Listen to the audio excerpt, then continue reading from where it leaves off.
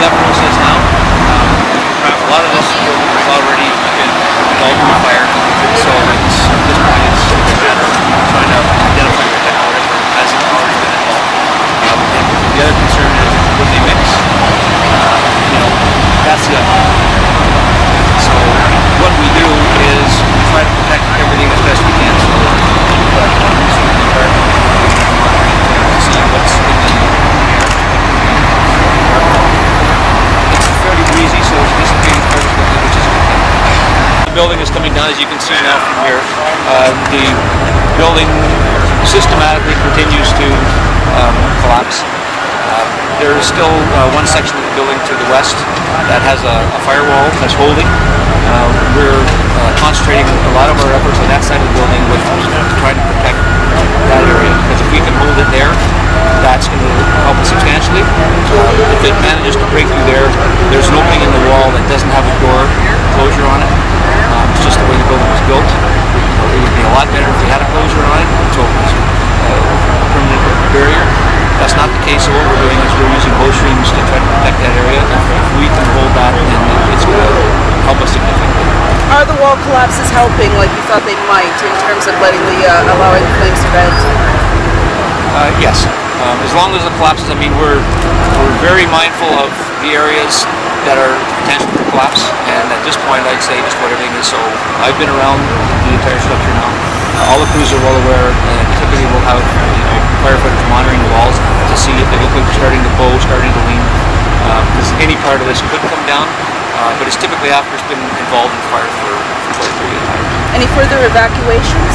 Not that I'm aware of, but I haven't been in the command vehicle for quite some time now. So any concern about wind direction change? No, it is what it is. I don't think it matters which way the wind blows now. Ideally for us,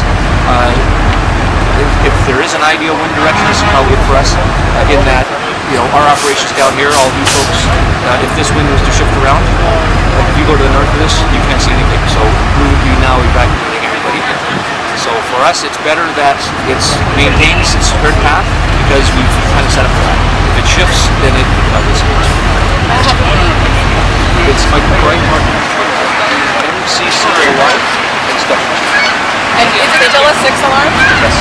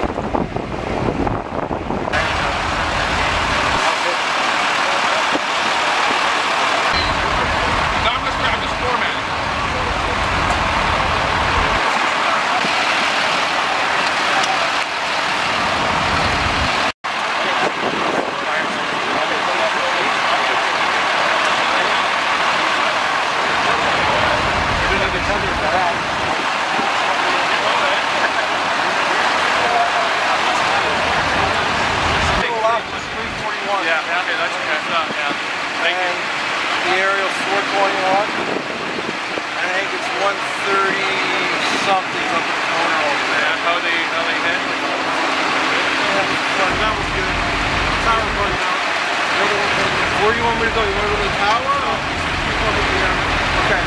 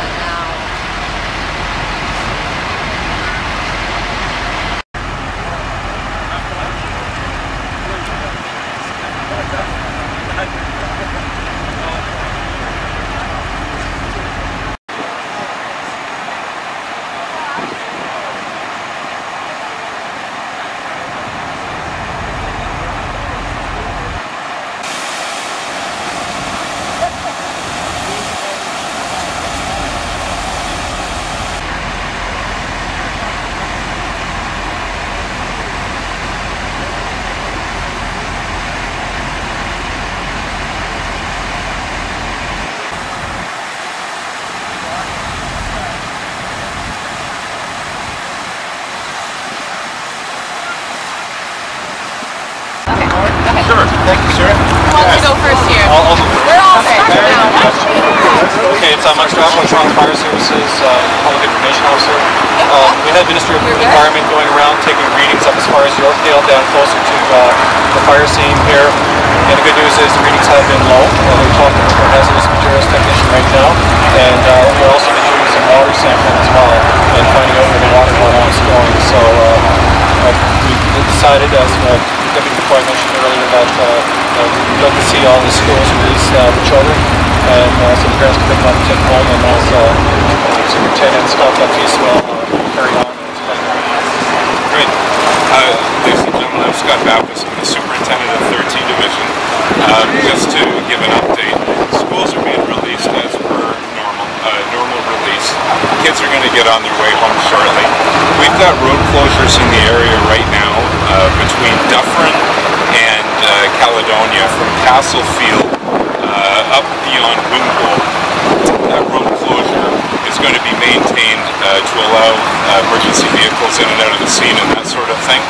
And if we could just have vehicles make sure that they avoid this area just to allow emergency vehicles in and out so this fire can be fought.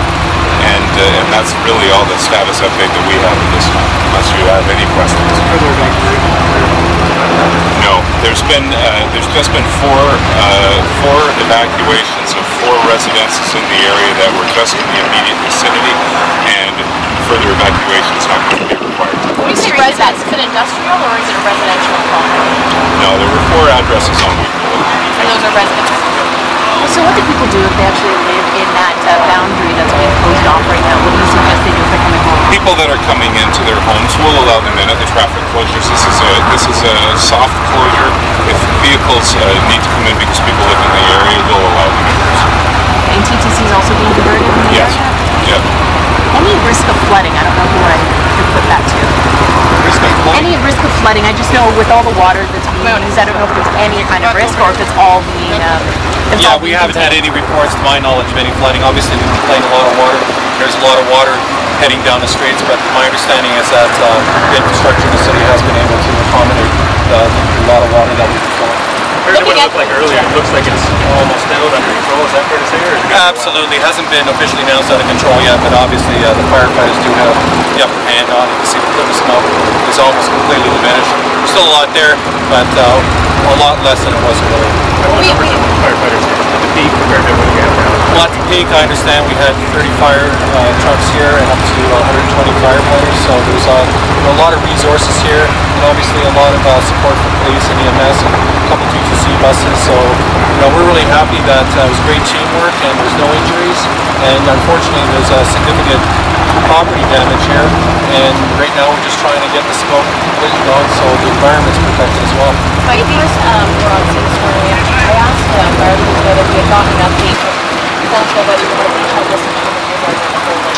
You said no, not at that time. Then you fast forward, probably around noon or 1 o'clock. You said yes, you had gotten it before to do this. Why did it take so long for the firefighters and the details of the kind of chemicals that were inside? I don't know the details how they ended up getting the documents, but I did see them myself. They're material safety data sheets, and we tell you what the hazardous products in the building are and what the precautions are. But why would firefighters have that information for them to run the car? Why did it take so long?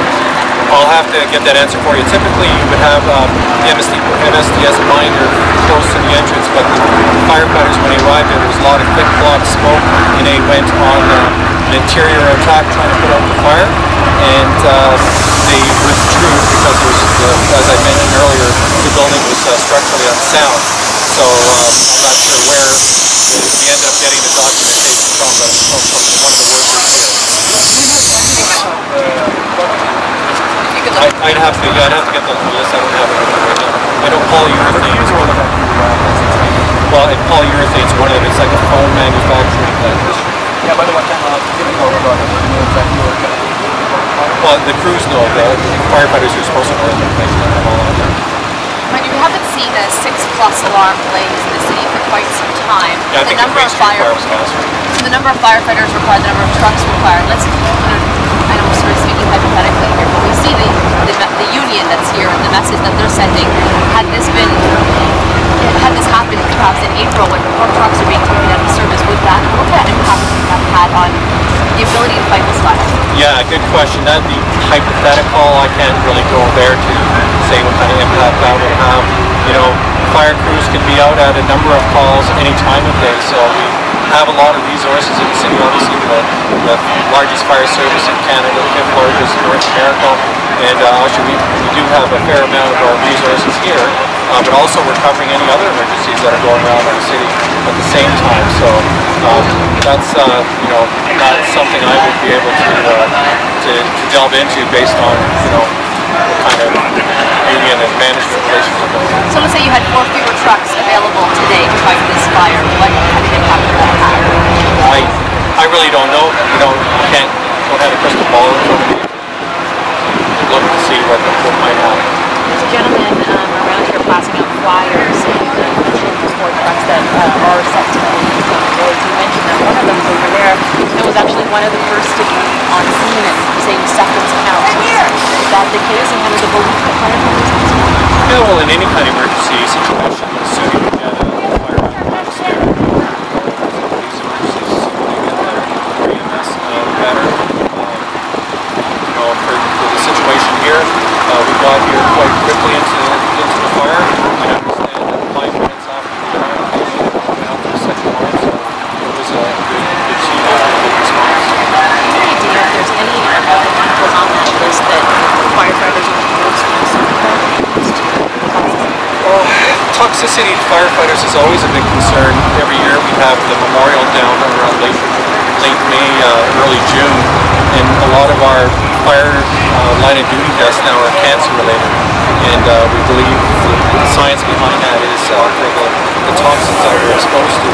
However, we do wear fairly good protection clothing, and a key thing would be the breathing apparatus that the fire crews would be wearing where the smoke is, and we're hoping that helps and that the toxins that we're exposed to don't affect our health as bad, but you know, it is a concern, and that's why at the same time when we had the heavy plume of smoke going basically since this morning till just recently, we were asking people, you know, if they don't have to go out, to stay indoors, shelter in place, doors and windows are closed.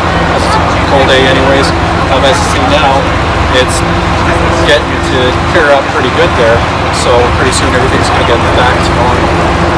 And in terms of the Ministry of the Environment readings you may have mentioned at the beginning, what have they found so far? What's the latest?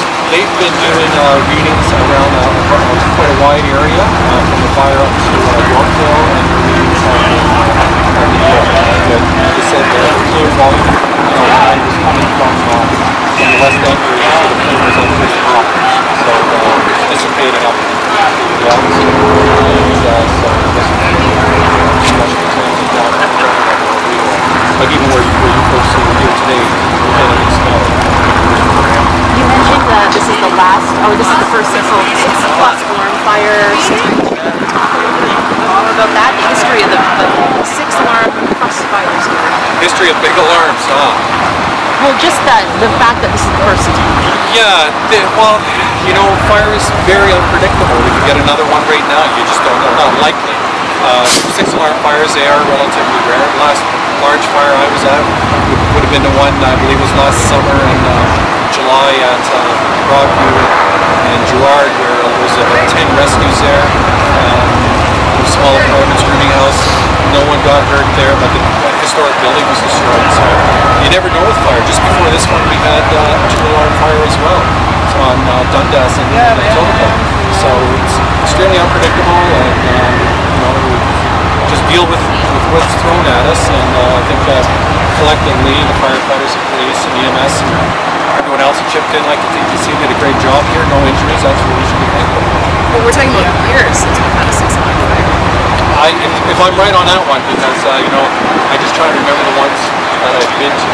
So 6 alarms, yeah, they are and hopefully it stays like that. And your That's Captain Mike Scott, Coach on the Fellowship.